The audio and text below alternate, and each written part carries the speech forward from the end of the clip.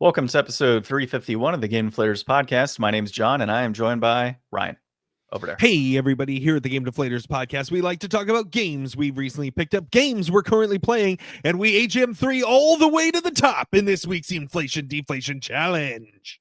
So we played some Kelly Slater's Pro Surfer. Dude, I completely forgot that we could have played this game for summertime. So it makes sense.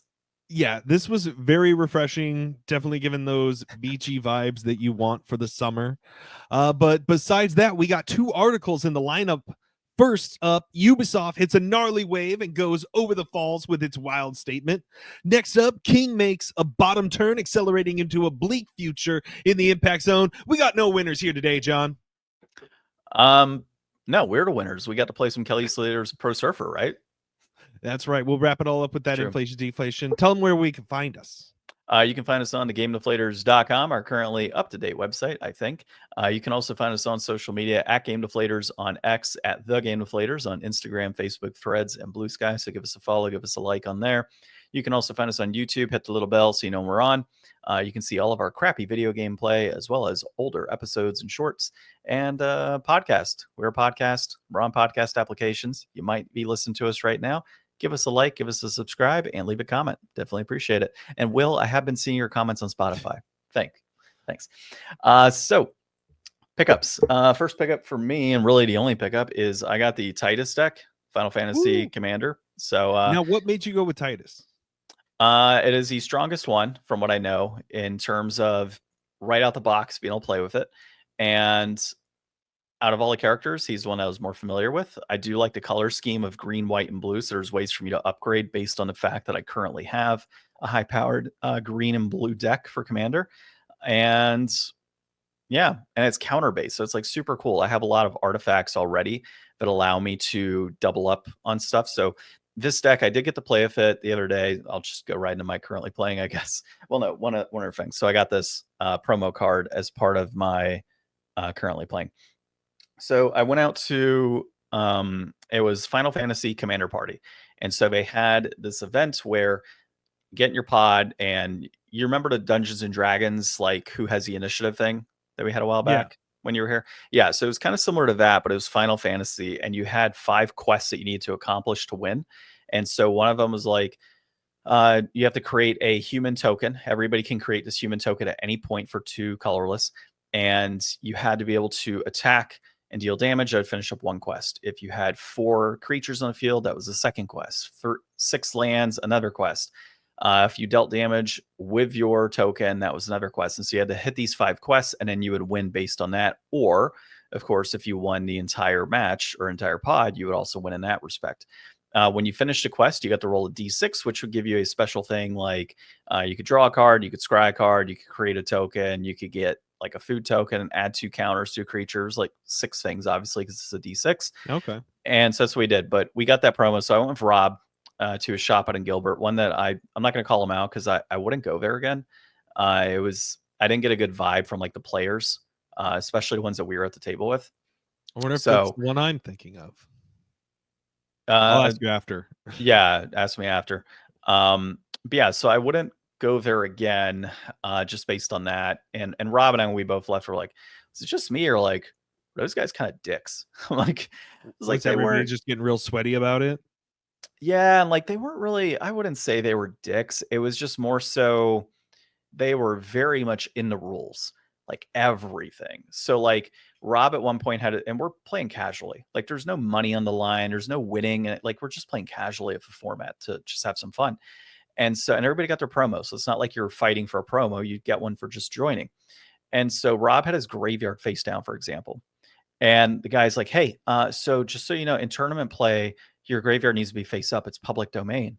And Rob looks and he's like, it's a casual match. Like, why does it matter? And if you want to look at my graveyard, you can grab it at any point. I'm like, it's all right, man. Like, so Rob put his graveyard up for a bit. I had my cards that were exiled face down. Or like, hey, you can't have them exiled face down. I'm like, okay, like they're in a different zone. Like, here's my graveyard. Like, you know what's what. And he's like, no, because there's cards that like say when they're face down or exiled and that they can be used. I'm like, yeah, but these are in my zone next to my graveyard. And it was like, well, it has to be face up in public domain in a 90-degree angle below your library. I'm like, oh my God, dude. Like, that's how much of a stickler we're being for the rules tonight. So, like, all right, whatever. So I did whatever he wanted. But then I laid it on them when they had a counter. I put a stun counter on one of their creatures. And a little later, they use the same stun counter as like a +1/+1. I'm like, hey, your creature's not stunned anymore. Like, what's up? And I didn't do it on purpose. I was just genuinely like, hey, I think you forgot that you don't have a stun counter. He's like, oh, I'm so sorry. Like, it's not a stun counter. It's a +1/+1. Let me here. Does this make it better? And he like added. I'm like, I appreciate you being like so nice and cordial about it, but we're in casual play, man. I just wanted to, you know, so there, I heard that at other tables too, like other players that were just kind of, hey, you can't do this or you can't do that. I'm like, it's casual. Like, it's not a big deal. And so I just don't know that that's the type of, I've been to shops where it's no big deal. Like people say, hey, swap out cards or, you know, use this. Nobody really cares. But like at this particular shop, like all the players I was hearing around me were like rule sticklers. I'm like, I'm not for that right now. Especially when it's just coming for free. But all of that said, with the games that we played, the first game, so Rob, me and this other guy quit middle of it. He's like, well, I only came for the promos, so I'm gonna bounce. And we're like, okay, thanks. Like the game's halfway done, but cool. Good that he did bounce because he would have lost and this other guy would have won. So this other guy that was playing with us was super cocky about his goblin deck. And I'm playing squirrels. And so he like loads up the board, dude. Like loads it up. Like he swings all of his stuff at Rob and he's laughing like, yeah, these goblins come on you really fast, man. Like just don't see them coming and they're gonna kill you right away. I'm like, in my hand, I had the kill card that was a 7/7 that would give all of my tokens trample and +2/+2. So I was gonna swing all out of him anyways and win the next turn. But he's looking at me, he's like, well, unless you got a board wipe, I think that does it. I'm like, yeah, I think that does it. I'm gonna drop this down and hit you for 56. And his face, dude, went from like total elation to pure frustration, anger. Like he thought he had it in the bag, and I just unloaded squirrels on him. So killed him. And then for that shenanigans, because he played with us the next round, I was like, you know what? I'm gonna bring out the Kinnan deck just because of that. Like Rob and I and this other guy who was just learning, by the way, we're all playing precons. So in a tier system, we were like tier 1. This guy was playing like a tier 4 deck. So highest you can get before CEDH. And the cockiness coming out of him for like beating down a couple precon decks, even though he lost, was just a little too much for me. So I bust out the Kinnan and 1 in 3 turns. And he was angry again off that. So I was like, all right, I got my fill on that piece. But the Final Fantasy deck, this is actually really good, man. Like just out the box.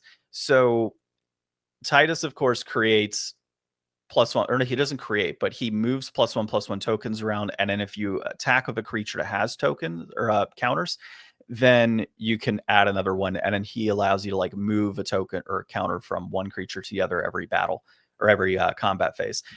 But the real winner is Sin. So there's a special Sin card that it's a 5/5/7 drop, I think, that takes all counters on the board. Doesn't matter what counter it is. And it doubles them as +1/+1 counters. So one guy had like 3 counters on a creature. One guy had 5. Rob had like 2. I had several already on my creatures. I took every single one of them except for my walking ballista, threw it on Sin, and I had a 28/28 flying trample. And then I had another card on the field that gave everything with a counter on it, trample and vigilance. Or no, trample and flying as well. And it gave a +1/+1 counter on that. And then whenever I did damage, it gave another one. And so I have Titus giving counters, I have that giving counters, and then I have a walking ballista that I can remove counters from to kill creatures off with no tapping. And so it was pretty good, but the Sin got exiled, which kind of screwed me because then all my counters got dispersed. And then Sin had a special ability of if it died in combat or just died in general, I got to move those counters anywhere I wanted. But because it was exiled, it didn't die, so the counters went away.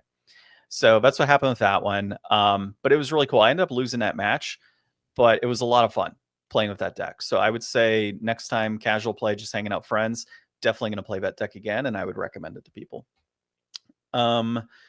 Let's see. Outside of Magic, playing Final Fantasy VI still. So my wife and I are now at the Magitech Factory, which, dude, the story is so good.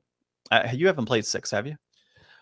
I booted it up a handful of times. I booted it up on like the pre-release weekend because the person who was running like the Final Fantasy pre-release was like playing Final Fantasy 6 Yeah. themselves.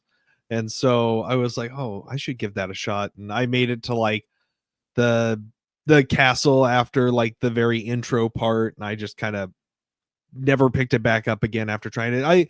A lot of times I'll want to start an RPG and I'll start it up and then I'll just be like, man, it's gonna be like a while before I'm really into the meat of this, and I don't know if I actually am committed to moving forward from here or not. Like the amount of times I've started some Final Fantasy and gotten like an hour in and then never returned to that playthrough. Yeah. It's my special move. Yeah, no, I know. Many years of doing this. I would say it's worth a playthrough, man. And the Pixel Remaster, I don't know if the original does this. I don't think it does. I was playing it on the GBA. So the Pixel Remaster, like I said, I don't know if you can configure this in the settings on the original, but you can do like 4 times experience, 4 times AP boost. You can remove encounters, things of that nature. So we were like, screw it. Like, we just want to play for the story. So we boosted up the experience on it 4 times. We boosted up the AP, so things are getting done a little quicker. So we're leveling up super fast, which is nice in comparison. So that level grind doesn't feel as heavy. And that's really all it is, right? Because if you're getting 4 times the experience, it's just a matter of speeding up the game. It's not like you get some crazy unfair advantage. Rather than spending 5 hours trying to level grind, I could spend 1 hour trying to level grind. So I think that's the benefit to that, and I really did enjoy that. Man, we should have let you go second, because that would have been like, does that make you happier? Would you spend money to get that experience? No, I bought the Pixel Remaster even though I already had the game, so I guess you can kind of count that. But no, I would not spend extra money to be able to do a 4 times level up, since we're referencing Ubisoft there. But we're enjoying the story. Really, we really do like it. Each night we're like, hey, are we playing our game tonight? Like, jump back into it. I would say we're a little over halfway, I think, in the game so far. Have you suplexed the train yet? So I missed my opportunity to suplex the train. No, you got to suplex the train. Everybody knows that. I forgot to suplex the train. We were in actually, my wife was doing that battle. So she was going through and using she was using the raging fist for Sabin, because it's the quickest one in combat. So she was just hitting that, and I completely forgot to suplex the train. So yeah, forgot to say, hey, we should do this. But sorry, no. YouTube Shorts. Yeah. So, well, no, find somebody else's and I'll take it for our own. No, but I'm playing on the Switch, so I don't have any way to stream it right now. So yeah, otherwise, yeah, we probably would be playing on PS4, PS5. Right. So what else? So The Witcher, Kaer Morhen, I think, is where the Witchers like to hang out. We have left that location. We are now in a small outside town, or town far away, and there are beasts roaming the city at night. And we I forget what they're called. I think they're called Barghast or something, or these like green hellhounds of sorts. So they've been kind of rampaging through, killing people. And my goal was to, of course, come in and take care of a situation. And the Reverend that is in the town says, hey, you just got to light up these lanterns all around the town and they'll go away. We're like, okay, cool. I light up all the lanterns in town. They go away for a moment. We go back into town. And they're back. And the Reverend's like, oh, it must be that witch. It's always the witch. It's always a witch, right? So the witch has been pretty cool to me every time I've talked to her. So right now, her to prom? I have not taken her to prom in The Witcher, no. But I do love Geralt's approach, right? Like, hey, you're going to pay me money for this. And if you don't pay me money, I'm not doing it. Just straight up. And so we go to Reverend initially. He's like, yeah, it's not going to work, but I'll put flames out for you all around the city. It's going to cost you 100 gold. Okay, that's fine. I'll do it. So you get there and he's like, the blasted things are still there. He's like, well, I did what you told me to do. Where's my 100 gold? Oh, you want me to go take care of a witch? That's going to cost you an extra 300 gold. We're a poor city. Will you take 2? Yeah, I'll take 200 gold. That'll work. So I like how he milks everybody for gold. It's hilarious as a witcher. So I finished that, and now I'm on the path to chat with the witch, and she gave me a brew for something that kind of helps my blade. It makes it more powerful. So I just need to buy a couple items from her in the process of asking her what she's doing, and then use that potion or concoction or oil, whatever it is, on my blade. But I am enjoying the game so far. I thought mouse and keyboard was going to be a little more difficult for me to deal with. So far, not at all. I'm definitely liking it, and looking forward to beating this game. Everybody says it's like not the best Witcher, and I think they mean from a graphic standpoint so far. I don't know. Somebody out there listening is going to be laughing and say, no, it's for XYZ reason. But the hair is the most funny thing, dude. So I'm talking with the witch, and her hair is like, she has a ponytail, but it's like going like this out, like just at random. And then I go to Reverend, he's got this long like beard that goes down to his chest, and that beard just flaps up every now and then. Like so janky. But it's pretty cool. So I'm enjoying that. I also, sorry, anything else on it? Any questions on it? No? Okay. No, sounds like you're having a good time. Yeah. I also went and started using that speed paint medium.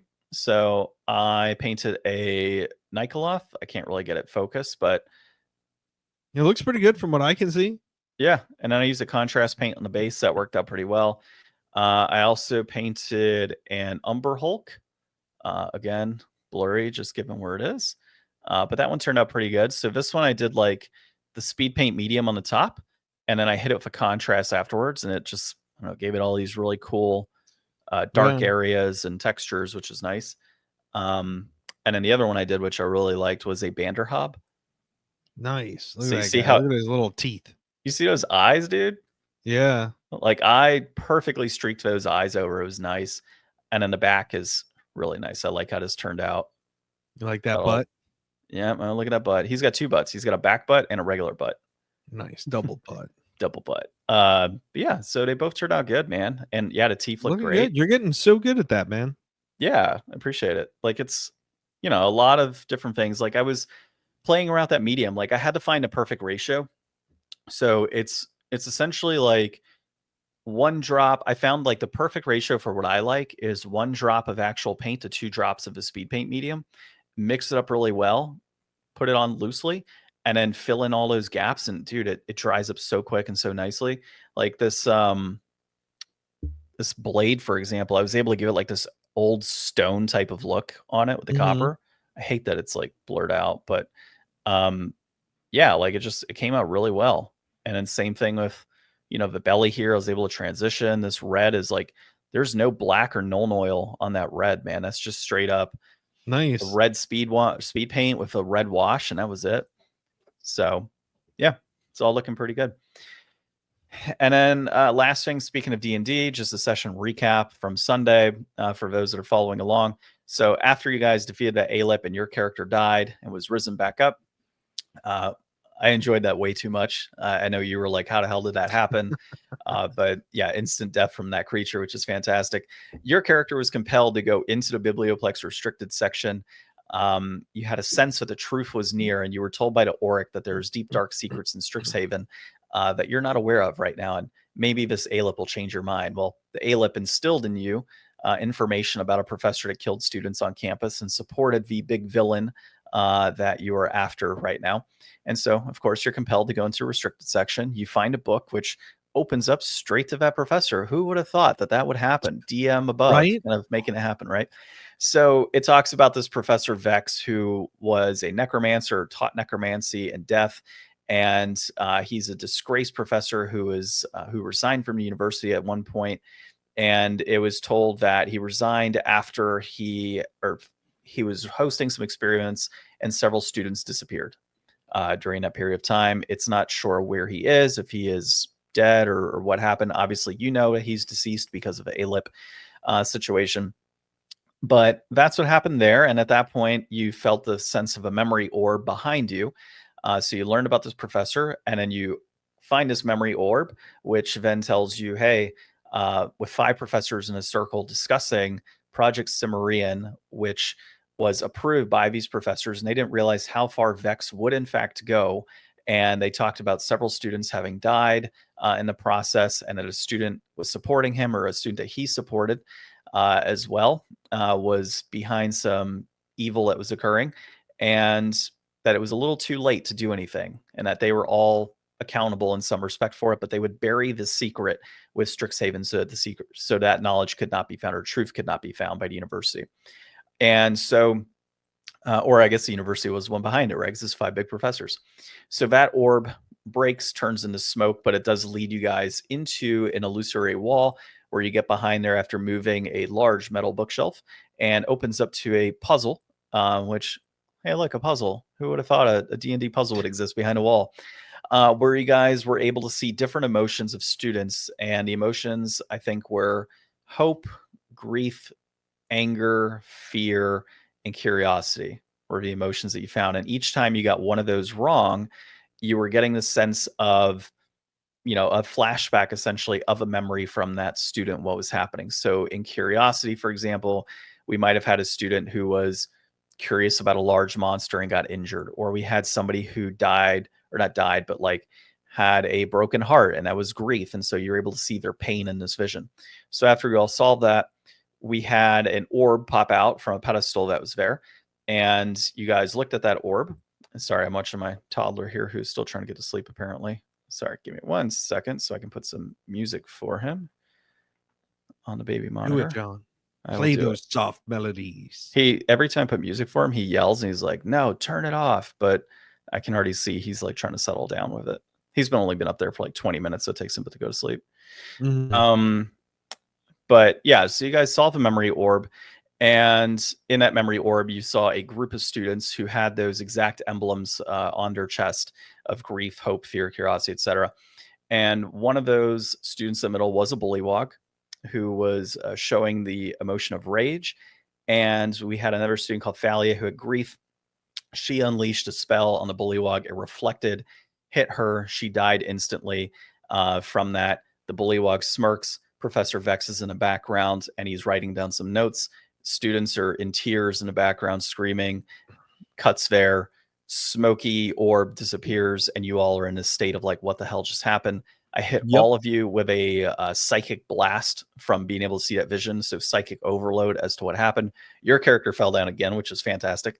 And you were healed back up. But that was really the bulk of that. And I'm trying to, like I said, I'm trying to use the AI to kind of help support me in the story development here. But you guys are learning a lot of like the back end, like history of Strixhaven and essentially what the school has been covering up for centuries. So that's one thing, and we'll get deeper into that as the story progresses at this point. Next day, you all went to Kalema Hall. You were supporting with the Masquerade setup, and you just had, your standard issues of trying to set up, things going crazy. Trying to hang something up, it falls because somebody shoots a fireball in the wrong direction while lighting candles. Imagine that. Imagine that. But, well, I mean, it was Thomas. Thomas is over here. He rolled an at 20, so he's like blasting fireballs everywhere. Yeah. It's like the Wild West with that guy. Yeah, exactly. But several students went up complaining about headaches, and that's where you all left off with a number of students, 3 of which actually all 4 going up for headache issues, and we left it there, and we'll see what happens. So I'm excited. The AI has been fantastic in getting things set up for me. I had basically about 17 pages worth of content generated in what I was able to prompt, what I was able to flesh out beyond that. So as the AI spit out like, hey, here's how we should do it, I was like, all right, that's really cool, but I want this character here. I want this to actually happen. So I was kind of morphing it beyond what it was giving me to help flesh out that story more. But it was giving me a bulk of that content. And then when it was all done, I'd say, okay, I like all of this. Give me like the actual description I'm going to read. So when you enter a room, the scent in the air is metallic. It's this, it's that. So all the describing pieces of the scene that I kind of struggle at sometimes to do to set you guys up for that. And then where I really excel is the overall story component of it. So what's actually happening in the grand scheme of things. So that's it's been a nice blend, I think, going through that process. That's all for me, Ryan. I'm done. I hand it back to you.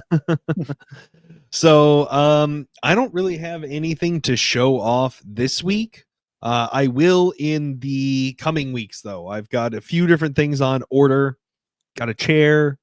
I did get a new Digimon device that will be arriving. Got a new bag that I'm going to show off. I know that's kind of a weird thing, but it actually does harken back because years ago when we were first starting the podcast, I got this lovely Switch case from Waterfield, and Waterfield is actually the company that I got this bag from. So I've been pumped for that.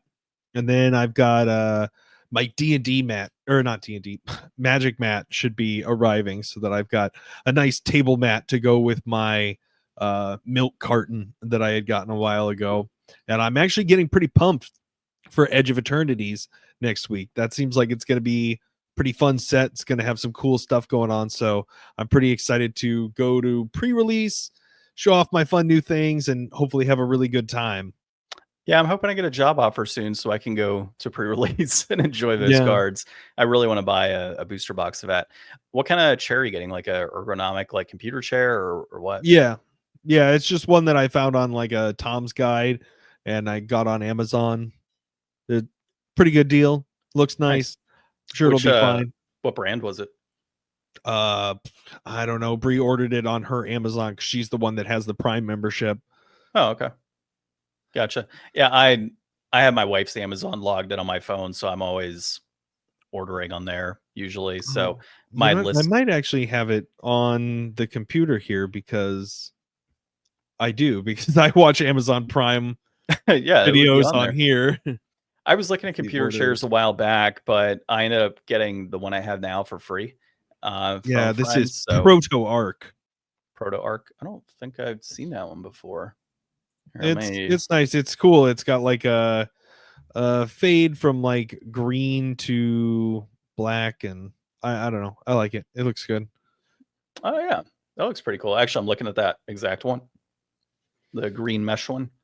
Yeah, and I seen chairs that look just like this for like $500 at Office Max. And even when Office Max was closing down and everything was on clearance, it was like this chair was still cheaper, and it looks like the exact same design. So I gotta hope that it's gonna be at least as good. Is it the EC100? It looks pretty cool. I don't know. Yeah, EC100 green.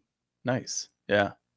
Nice. Yeah, it looks like it's so normally 200. So if you got anything less than that, that's a good deal. Yeah, so I'll show off like cool stuff as it arrives in the coming weeks. This week didn't really have time to do a lot. I played a little bit of Risk of Rain 2. I had family in town.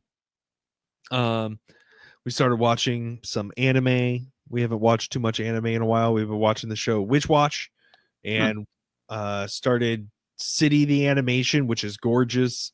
And the summer Hikaru died is like really creepy and interesting. So that's been fun, kind of doing some of the anime stuff again. And then I don't know, man. That's it. We got we got more people that are going to be coming into town. It's so crazy. Like when you move somewhere that other people want to come to, you wind up having to do like all the touristy stuff like all the time.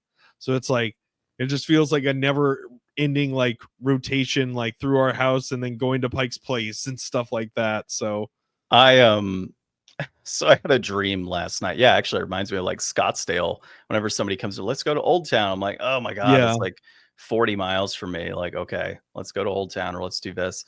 But so I had this random dream last night that I remember, just given the company I'm deep in interviews right now that I'm hoping to get an offer from. They're based out of Seattle, and their whole thing is like, yeah, you're remote. I'm like, okay, cool. But I had this dream that they're like, hey, you're gonna have to move to Seattle and work out of his office if you want to continue working with that or with us. I'm like, well, I guess I'm relocating to Seattle and hanging out with Ryan. So who knows, Ryan? Maybe it's a prophecy, and I'll be up there as well. But I mean, I who doubt it. knows?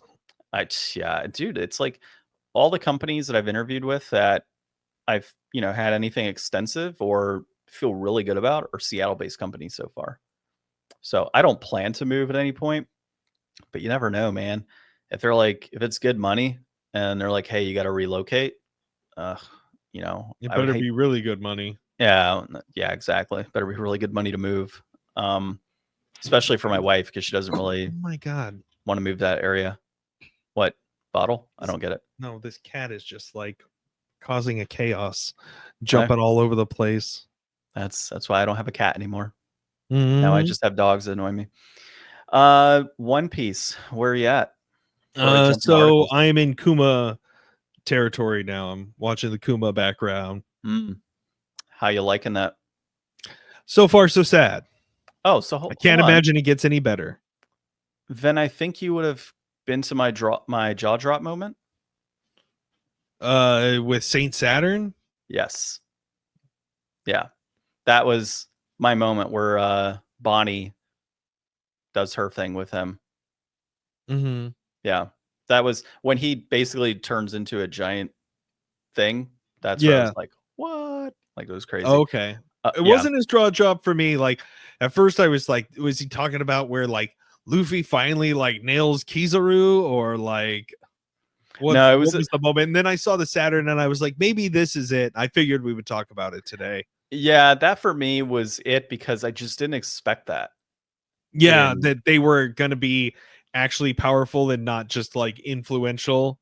Yeah, Like most of the exactly. celestial dragons are just like they've got guns and they're assholes, but they're not Yeah. like super powerful or anything. Well, you have that, like, black shadowy being that's there, and, like, I thought it was like, that's the main I mean, it is the main leader and influence, right, of the world, but then you have, like, these, elder gods or whatever, in Mary Joie that I just was not expecting that to be the situation. Like, I could imagine there was probably, like, strong hockey or something like that, but I didn't picture giant ass spider guy, you Yeah. know? Like, And that's it what I was didn't very kind picture. of like Princess Mononoke with its like intro too. Yeah. Yeah, it was just ridiculous. I'm like, "Okay, like, this is a moment, like, this is insane." Like, they're getting involved at this point, whereas they've kinda been on the outskirts the whole time. So, yeah, just in that moment, I was like, "Whoa, like, that's insane." But since that's happened, after I caught up on the Kuma arc, or really just caught up on the anime since I've been week to week, after Kuma arc finished, or background, I was like, "Okay, I gotta keep reading." I'm now 18 chapters behind a week to week on manga There you since go. that. So, I'm obviously in Elbath now with all of the things going on there. And I can just sense, like, just looking at what's occurred so far, I'm like, oh man, I cannot wait for this battle to happen Yeah, I'm in the getting show. So excited to start to get current. I mean, it's definitely cool being a part of, you know, the hype that I heard you and Zach talking about, where it's like you guys are like, oh man, he's like actually dropping stuff and we're learning stuff and like things are coming together. And Egghead is just great. Egghead is like such a yeah, cool arc. I love not only what we're learning, but like the visuals of it are incredible. It's just yeah. such a it's I can't believe that it's one of those shows where it's like it's been great the whole time, but man, once you get like 1100 episodes in, it really gets going. Just I- the longest buy-in. Now, if I ever hear anybody talking about One Piece, I'm like, yeah, don't even bother. I mean, it's incredible, but just like uh, the amount that you have to put in to get here, like I've been doing it for over a decade, and I'm just always blown away at like how fast you and Zach both like consumed it. well, you got to You remember guys that did it in like less than a year. oh, I know. Dude, it was stupid. I watched like 900 episodes in the span of like 5 months. But you have to remember that I was on paternity time. So while my son was napping, I was watching. That's really what it kind of came down to. Uh, so I watched a lot of One Piece. I was at 1.8 to 10 episodes a day at times. So yeah, I don't know. I'm just watching my kid right now on the monitor. He's like, I don't know what's up. He's obviously not wanting to go to sleep. I'll keep the music on because he might be okay with that. It takes him, but he was out late last night, so I think that's what's going on. But yeah, with the whole One Piece thing, yeah, I blazed through that, and what I'm gonna do is once I catch up on the manga, I'm just not gonna watch or read for several months because that'll give me several months will be about 12 to 13 episodes of the anime, which will be cool. So I can watch all that. And then that'll give me more time at that point to catch up to the manga because that's every other week that they release episodes or not There's a bunch episodes, of but like movies. Have you seen all the movies? I haven't, but I've been like on the movies. So we'll see. I might Or rewatch the the dub. game. I want to play that One Piece RPG that came out last year. I think I that was have it. supposed to be okay. Yeah, I have it. I haven't started it yet. Um, But yeah, so there's a lot of One Piece content to consume to kind of bide that time. And if a live action comes out again, that'll be more content to kind of keep up with. So really, that's what I'm looking at. Several months that'll allow the manga to flesh out some more chapters, the anime to flesh out some more weeks, and then go from there. So I do have something One Piece related that I ordered that'll be coming in a few weeks. Oh, really? I'll show that off when it comes in. That'll be cool. Okay. Let's. I think that's all I got. Yeah. All right. Let's move on to.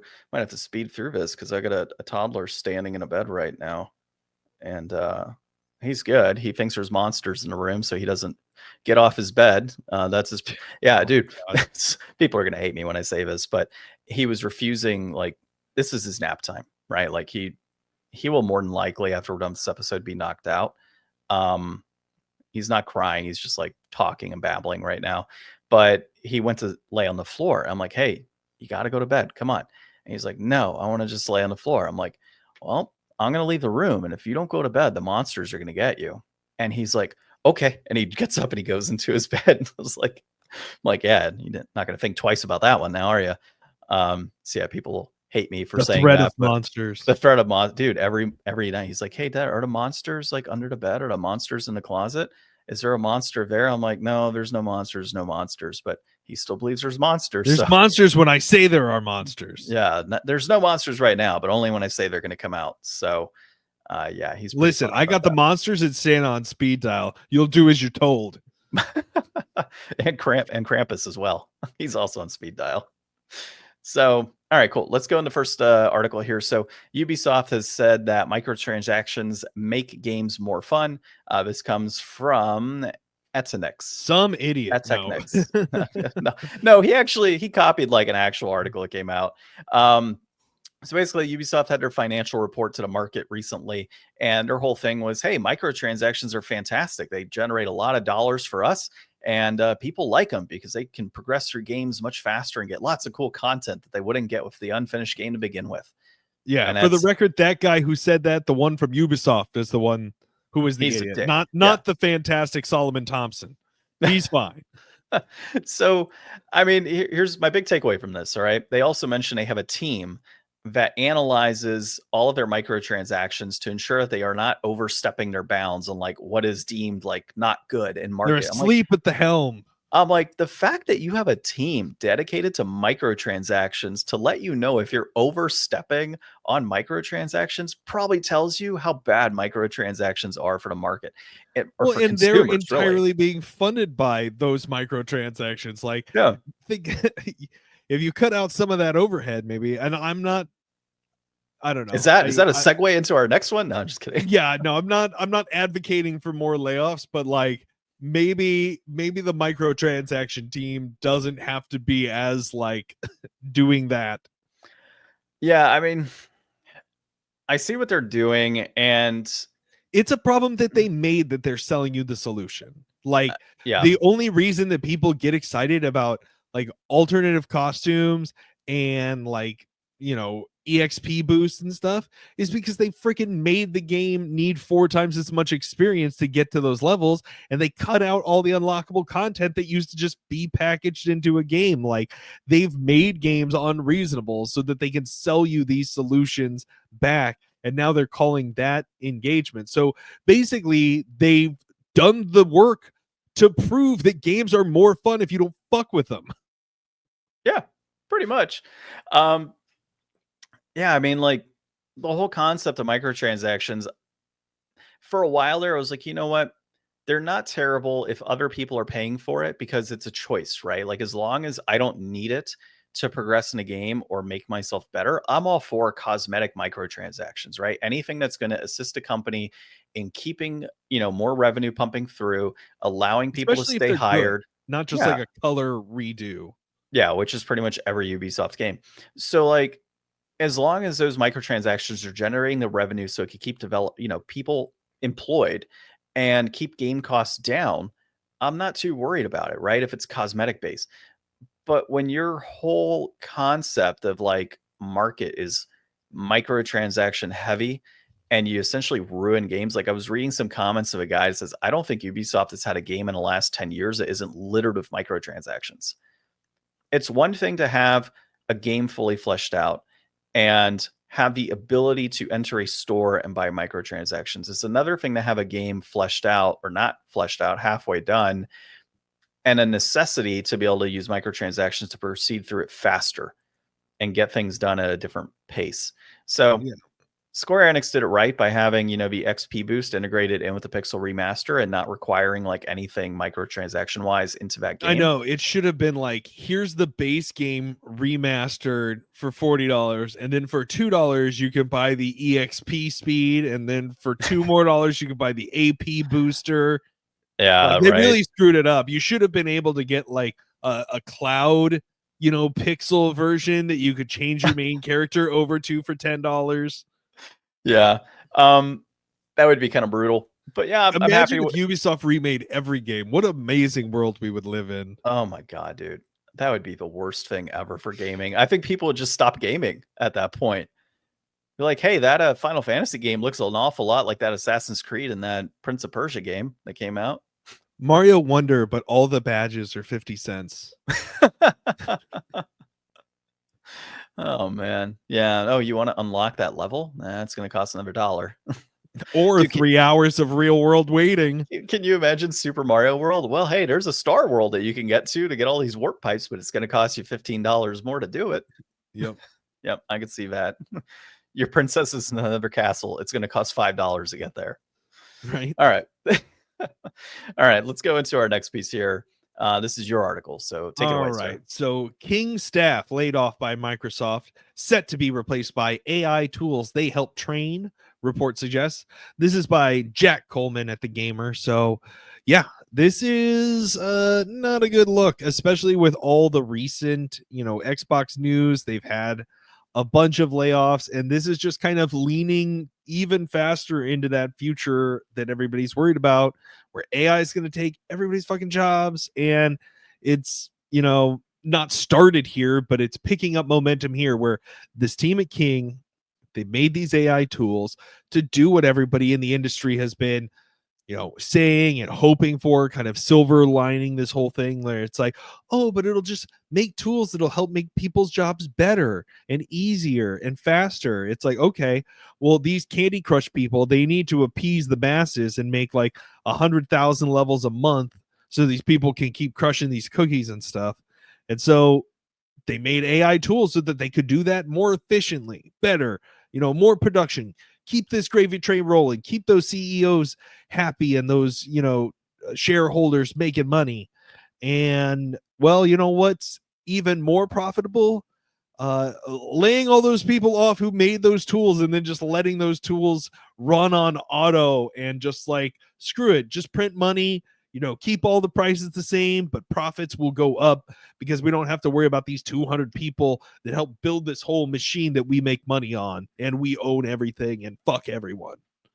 Yeah, I mean, and here's my thing with the AI, and I do think we're gonna have a point in time where the government just kind of steps in and puts a pause on these AI. Wait, what government? Well, it's true. So I mean, it's gonna have to happen at some point where the government has to step in, because if you have all these people getting laid off and you say, oh, 50% of the workforce is going to be AI. Wait, the right? government that's laying off everybody? That government? That government, yeah. It's some government will be in place at some point, Ryan. But I think they're gonna have to step in, because what happens when you have 50% of all those white collar jobs gone? Like, what does that do for spending? Like that's a big obviously component those too. people will have to buy microtransactions to be happy again. To have a smile on your face, 10 cents, because that's all you can Yeah. afford now. Yeah, I mean that's been my kind of big issue, is like how are people going to be able to afford things if they can't spend the money that AI has taken? So I do wonder if there's going to be something in place down the road of like only a certain percentage of jobs within a company can be AI based. I don't know. We'll see. But Or if that's maybe a we trend, move to like some kind of crazy utopian model where, work doesn't justify your life and your existence. maybe like people have talked about universal basic income, but universal basic income means that you're stuck at a certain income point, right? With the ability to make more money if you choose to. But then there's still people who are going to be uber rich and controlling everything in those companies, those heads of it. Like, you're not going to have AI in all of the roles. Like, it's only going to be some roles. So, but then I hear, oh, well, it'll open a door for more more jobs tied to AI. okay, what about like the 60-year-old guy who has 5-7 years left until he wants to Yeah, retire? remember 8 years ago when they told everybody to learn to code? Oh god, my friend got into coding and he can't find a job for anything, dude. Yeah. He's got one now, but it's like so tough. Um, but yeah, like what are you gonna do? Train people then? Like are you gonna train these people that are 50 and 60 years old on how to use these, like how to do a new job? Like at that point in their career because AI replaced them? It's super odd, man. Now I have seen some articles out there, like it's not because I've been keeping up with it in general, but like Hard not to. Indeed and Glassdoor laid off like 1,500 people, I think it was. Like, don't quote my numbers, but it was a lot of doom and gloom tied to it. Like, oh yeah, Indeed and Glassdoor laid off 1,500 people, but then when you look at it, it said, yeah, but they still have 12,000 people that are doing the same exact job. So yeah, those people were replaced by AI, but I think what that was is like people whose like it made sense in It's that just the respect. first step. Like they It were is like, the first step. it's always going to be a matter of, how much can we get away with this? And then once the tools get better, then you push out more and more and more. Yeah. Like I said, I think at some point there's going to be regulations on use of AI in the corporate space. I Depends think on there's how going to much have to be. regulations are allowed to survive. Like once you deregulate everything, like nobody's going to establish new regulation on the new stuff that they can't even Well, process. they can. I mean, at some point, if like, let's just say Microsoft is like, oh, 60% of our coding is done by AI, and regulations come in and say, oh, only 25% of your coding can be AI in this company, then yeah, they're going to have to revert back to that and hire people in. So Yeah, but they lobby with too much money to ever allow those types of regulations to exist. they do, but you do have the overall economy to think about as well. So I don't know. I In don't think this you can have the economy, in this economy. I don't think you can have the Magnificent Seven really dictating every component. I mean, it does right now, right? But I don't think you can have it dictate everything that occurs with the economy down the road as it pertains to AI use. If there's too many people unemployed because of it. So yeah. I yeah, mean, that's the thing. There's only so much you could really look at with this type of situation. It's just kind of staring down the barrel of inevitability and, trying to, just kind of still report on the human cost of everything. So, hopefully those people can find some other, position out there. I mean, obviously they must be very talented. If they made AI good enough to replace themselves, maybe they can go, there was an expression we had in construction that like every time you start a construction job, you work yourself out of a job. Like your job there is to put yourself out of work as fast as you can yeah, by building whatever it is and just getting it out of the way. So like maybe you just go from company to company building AI tools until all the companies have AI and you're just no longer needed anymore. But maybe. I mean, I guess what you could do if AI comes for your job, you could just say, like, fuck that shit, grab your board and go hit the beach, man. Get your surf on. In Kelly Slater's Pro Surfer. That's if you can afford the electric bowl at that point too, I guess, right? Right. So Yeah, yeah, this week we played Kelly Slater's Pro Surfer on the GameCube because we've we been did. playing everything on the GameCube lately. We But I did. love the GameCube, and this is a game that I remember when it came out. I remember like talking crap about it because it's just like, oh, it's just like Tony Hawk, but like not as good because you're just on the water. And like I I like mean, Dave Mira's BMX back in the day, but I never actually gave this game a shot. I actually really liked it. I had a lot of fun. I was gonna say your point about like it's Tony Hawk on the water, but not as good. That still holds up technically, but it was developed by Treyarch, published by Activision, led by Jem Mazza as the designer. It was released in September of 2002. It is a sports game with reception of 8 out of 10. Give us the synopsis. So, featuring a full slate of pro surfers, including Kelly Slater, Lisa Anderson, Tom Carroll, Tom Curran, Nathan Fletcher, Donovan Frankenreiter, Bruce Irons, Rob Machado, and Kalani Robb, take on the waves of the world in a high point scoring trick contest and dominate the competition to become the world's best. This is a pretty classic kind of, you get a timer, you got to do as many tricks, get as high of a score as you can. It's just a little bit different than what you might be used to with things like, Dave Miro or Tony Hawk, like we referenced before, in the fact that when one is surfing, one must take the wave as opposed to just being able to go everywhere. So you kind of just have these like little micro runs where, you know, you catch a wave, do as much tricks and comboing stuff as you can off of that wave. And then once it's done, you kind of reset and you just try to make the most of that. You get in like as many waves as you can during your timer. And it's very interesting kind of learning the techniques of surfing in a video game like this, because I think we've all played some type of surfing game or something where you learn about like, okay, trajectory up, but then having to come down and land and hit, you know, in such a way that you continue your momentum and building up speed in that kind of way. Like surfing has this kind of fun inherent loop built into it. But very interesting to kind of learn about, you know, the equivalent of kind of grinding in surfing, or like face tricks where it's not all just about getting air off of the wave. It's about, you know, cutting back and forth across the face of the wave, like into it and doing circles and picking up speed, and how grabbing your board to adjust your turning radius. There's a little bit more mechanics behind it that you do get some interesting skill expression, I guess, in a game like this, although it does feel, I don't know, definitely not as refined as like what you got out of like a later Tony Hawk title. Yeah, I agree with you on that. So the game starts you off in a pool to learn everything, and I'm still wondering how that pool has generated countless amounts of waves because it's like a standard swimming pool, which is interesting. But you learn the basics in that. So the game does a really good job of, you know, getting you involved in that and understanding like exactly what to do in a surfing game, because it's frankly not the same as like a BMX game or a, you know, a skateboarding game where you're probably a little more accustomed to watching that on a day to day when you were at that point in time with the X Games and you were watching surfing. So it does a good job about that. And then one of the other things I like about it too, because you covered a lot of it, is the aspect of when you go to different locations, you have Kelly Slater giving like a historical aspect on the beach, why he enjoyed it his first time there. Like it really kind of gets Talking you, about the types of wave. yeah, like you get educated at the same time. Like it's really a Yeah. great introduction into surfing. Now, of course, it's not going to be like that in the real world. So a lot of the tricks, like I did a heel flip with a surfboard, and I'm like, you can't do that in real life. Like I mean, maybe, I don't know. I don't watch enough surfing. Like I can see like holding the call board Kelly. Let's and find do out. we'll call him up. Yeah. He's not doing anything. But I can see like certain things like holding the board, hitting a wave a certain way, like that constituting his points, because I have watched some surfing with like the Olympics in the last couple of years.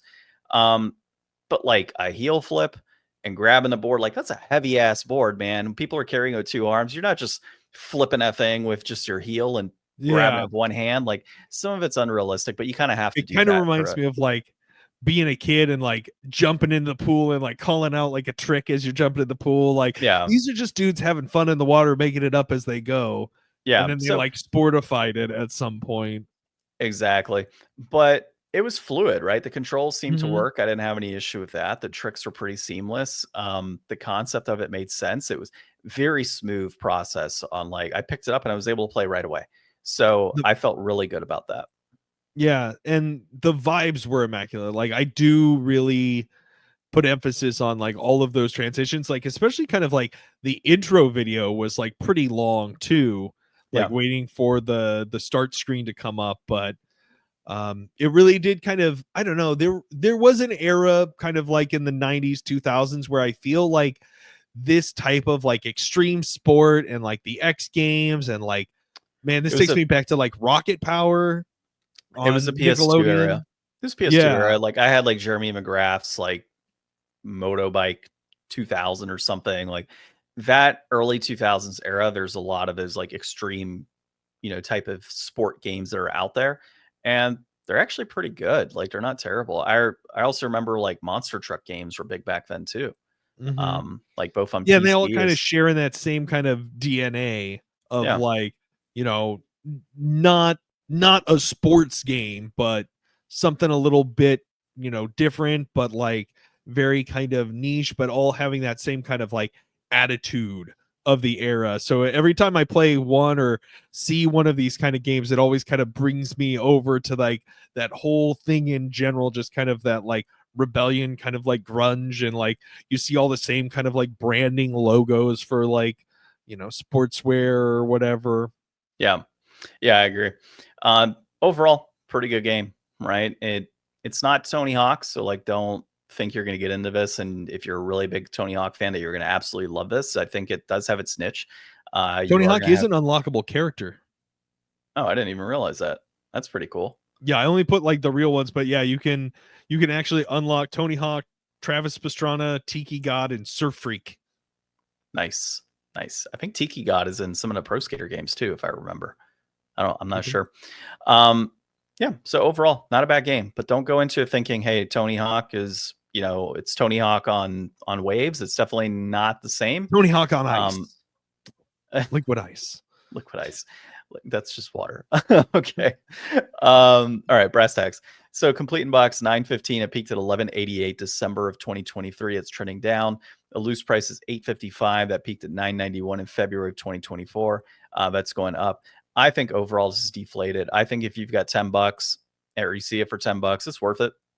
Yeah, 100%. And also, you know what? Cool box. I do like the box for this. I mean, it's just a guy surfing. I'm assuming Kelly Slater. Yeah. But yeah, it's refreshing. It makes me think of summer. Yeah, I like it.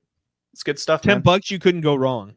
For sure, you'd get $10 of joy out of this. Yeah, there's a lot of sports games out there that you're gonna find for like $7 to $10. This is, I think, one of the better ones, especially when it comes to like a simulation type of game tied to an extreme sport. It's one of the better ones for sure. So, don't know what we have next week, but you know, we'll figure it out as we go along. We've got a long summer here in Arizona, so I think if we go based off the Arizona summer, we'll be doing summer games for another like 2 or 3 all the months. way through November. Right, maybe even December if we're lucky. So all of that said, this has been episode 351 of the Deflators podcast. My name's John. I'm Ryan. And thanks for listening and watching.